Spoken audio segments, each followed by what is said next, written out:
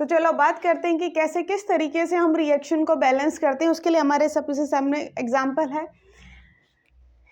जब हम आयरन की वाटर के साथ रिएक्शन करते हैं तो हमें आयरन ऑक्साइड मिलता है प्लस हाइड्रोजन गैस मिलती है।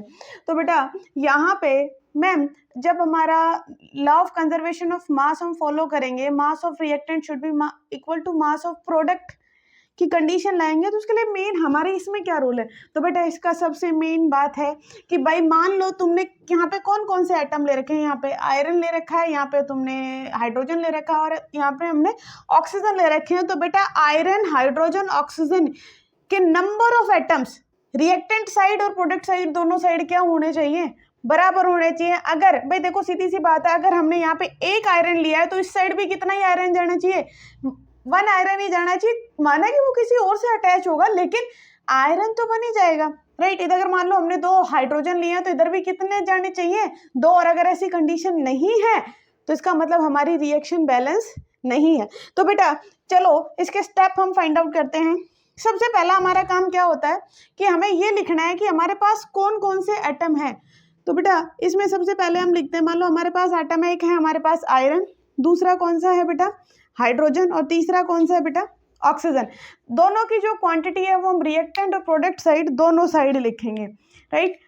तो रिएक्टेंट साइड हमारे आयरन कितने हैं उसको R से रिप्रेजेंट कर देंगे, प्रोडक्ट साइड हमारे कितने हैं वो P से रिप्रेजेंट करेंगे, राइट। तो बेटा आप सबसे पहले हम देखते हैं आयरन हमारे रिएक्टेंट साइड कितना है, ऑब्वियसली 1, और प्रोडक्ट साइड कितने हैं 3।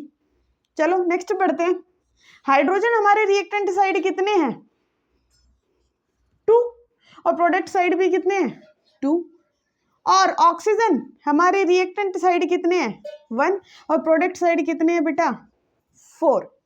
तो बेटा हमारे सामने दिख रहे हैं क्या क्या कंडीशन है कि भाई हाइड्रोजन तो मैम बैलेंस है, दोनों बिल्कुल 2-2 है, लेकिन क्या आयरन बैलेंस है, नहीं है। रिएक्टेंट साइड आयरन कितने हैं 1, और प्रोडक्ट साइड आयरन कितने हैं 3। तो चलो आयरन को बैलेंस करते हैं। अगर हमारा प्रोडक्ट साइड आयरन 3 है तो रिएक्टेंट साइड में अगर हम आयरन को 3 से मल्टीप्लाई कर दें तो शायद हमारे रिएक्टेंट साइड भी आयरन कितने हो जाएंगे 3 हो जाएंगे, रिएक्टेंट साइड भी कितने हो जाएंगे 3 हो जाएंगे या नहीं हो जाएंगे। तो इसका मतलब क्या हुआ, आयरन भी बैलेंस, मैम आयरन भी बैलेंस हो गया। अब बात करते हैं हाइड्रोजन की, हाइड्रोजन तो ऑलरेडी बैलेंस्ड है, बिल्कुल सही है। अब देखते हैं ऑक्सीजन को, मैम रिएक्टेंट साइड तो सिर्फ एक ही ऑक्सीजन है और प्रोडक्ट साइड कितनी है 4 ऑक्सीजन है, राइट। तो हमें तो कुछ चेंज करना पड़ेगा, तो हमें रिएक्टेंट साइड भी ऑक्सीजन को कितना बनाना पड़ेगा 4 ही बनाना पड़ेगा। और 4 बनाने के लिए हम क्या कर सकते हैं, इसको 4 से मल्टीप्लाई कर देंगे। तो इससे क्या होगा, रिएक्टेंट साइड भी हमारी ऑक्सीजन कितनी हो जाएगी 4, और प्रोडक्ट साइड तो ऑलरेडी 4 थी। क्या ये रिएक्शन बैलेंस हो गई, चलो देखते हैं। देखो बेटा आयरन तो इधर भी 3 है और इधर भी 3 है, बैलेंस है मैम। ऑक्सीजन दोनों साइड 4-4 है, बिल्कुल बैलेंस्ड है, राइट। लेकिन मैम अब आप ये देखो कि रिएक्टेंट साइड हाइड्रोजन कितने हो गए 8, जबकि मेरे प्रोडक्ट साइड हाइड्रोजन कितने हैं 2 ही है। प्रोडक्ट साइड हाइड्रोजन कितने हैं 2, तो हमें इसको भी क्या बनाना पड़ेगा 8 बनाना पड़ेगा। अगर रिएक्टेंट साइड मेरे हाइड्रोजन 8 हो गए तो मुझे इसे भी 8 ही बनाना पड़ेगा, और इसको 8 बनाने के लिए हम क्या करेंगे 4 से मल्टीप्लाई कर देंगे। अब देखो बेटा हमारी जो बैलेंस्ड इक्वेशन निकल के आई है वो क्या निकल के आई है, 3Fe solid plus 2H2O liquid state में, right, gives Fe3O4 solid plus 4H2 gaseous state में। देखो बेटा क्या यहाँ पे आयरन दोनों साइड 3-3 है, आयरन देखें रिएक्टेंट साइड और बेटा प्रोडक्ट साइड तो दोनों मेरे हिसाब से 3-3 है। ऑक्सीजन देखें तो दोनों क्या है 4-4 है, राइट, 4-4 है। और हाइड्रोजन देखें तो बेटा दोनों साइड क्या है 8-8 है, और ये हमारी रिएक्शन क्या है बैलेंस्ड इक्वेशन है, ये हमारी क्या है बैलेंस्ड इक्वेशन है। मैम हमें ये कैसे पता चलेगा किससे मल्टीप्लाई करना है किससे डिवाइड करना है, तो बेटा प्रैक्टिस मेक मैन परफेक्ट। तो हम जितनी ज़्यादा इसकी प्रैक्टिस करेंगे उतने ही ज़्यादा हमारे दिमाग में ट्रिक्स आ जाएंगी कि किसको किस से मल्टीप्लाई करें कि क्या आए, राइट। तो उसके लिए जितने नंबर ऑफ क्वेश्चंस हम सोल्व करेंगे उतना हमारे लिए अच्छा है। चलो अगले क्वेश्चन, 4-5 क्वेश्चन तो हम ही कर लेंगे और फिर तुम कर लेना, राइट। तो बेटा नेक्स्ट क्वेश्चन देखते हैं हमारा क्या है। हमारे रिएक्शन में कौन कौन से एलिमेंट्स हैं?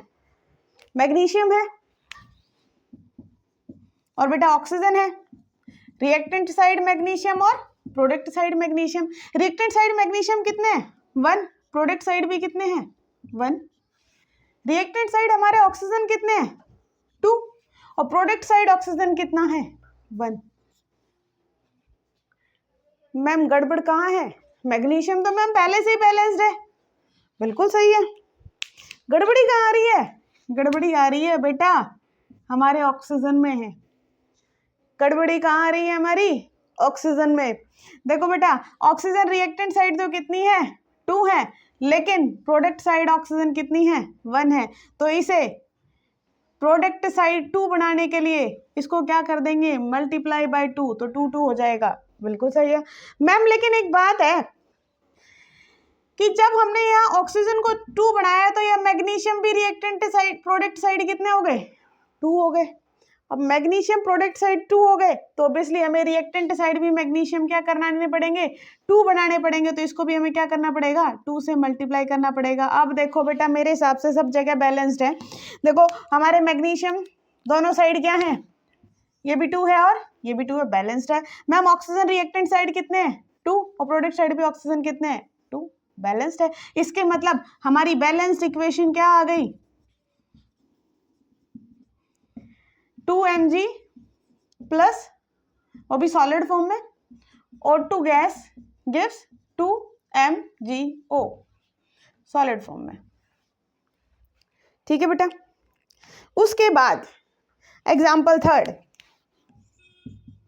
अभी हमने जो रिएक्शन थोड़ी देर पहले लिखी थी, how to write a balanced equation, जो हमने एग्जाम्पल लिया था वो एग्जाम्पल क्या था हमारे पास? H2 gas plus Cl2 gas gives 2 नहीं था, HCl गैस था। लेकिन चलो इसको, वहां बैलेंस नहीं थी वो रिएक्शन, यहाँ पे बैलेंस करते हैं। कौन कौन से एटम है हमारे पास? हाइड्रोजन और क्लोरीन, रिएक्टेंट साइड और product side. Reactant side hydrogen कितने हैं? 2। प्रोडक्ट साइड भी कितने हैं? 2 नहीं 1, राइट। उसी तरीके से क्लोरीन रिएक्टेंट साइड कितने हैं? 2। प्रोडक्ट साइड कितने हैं? 1। बेटा ये तो दोनों में इम्बैलेंस आ रहा है, तो हमें क्या करना पड़ेगा? हमें कुछ ऐसा करना पड़ेगा कि हाइड्रोजन प्रोडक्ट साइड कितने बनाने पड़ेंगे? 2। और उसके लिए हमें क्या करना पड़ेगा? प्रोडक्ट साइड हाइड्रोक्लोरिक एसिड को किससे मल्टीप्लाई करना पड़ेगा? 2 से मल्टीप्लाई करना पड़ेगा। और हम देखेंगे जैसे ही 2 से मल्टीप्लाई करेंगे तो हमारे हाइड्रोजन भी कितने हो जाएंगे दोनों साइड? 2, राइट। और प्रोडक्ट साइड साथ के साथ हमारा क्लोरीन भी दोनों साइड क्या हो जाएंगे? 2 हो जाएंगे, राइट। तो बेटा ये थे हमारी how to balance a chemical reaction. फिर भी तुम्हें और कुछ डाउट आता है तो बेटा अपने एनसीईआरटी के अंदर कम से कम 10 क्वेश्चंस हैं जिनमें हम रिएक्शंस को बैलेंस करते हैं। तो बेटा उनमें से एक भी क्वेश्चन नहीं छोड़ना है। मुझे जैसे ही टाइम मिलेगा तो एक छोटी सी वीडियो क्लिप्स बना के मैं डाल दूंगी उसी से रिलेटेड की, जो हमारे एनसीईआरटी के अंदर है।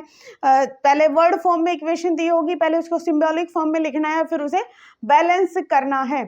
बेसिक मेथड यही रहता है कि हम इसी तरीके से रिएक्शन को बैलेंस करते हैं, ठीक है। आज के लिए बस इतना ही। कल बात करेंगे हम टाइप्स ऑफ केमिकल रिएक्शन के बारे में।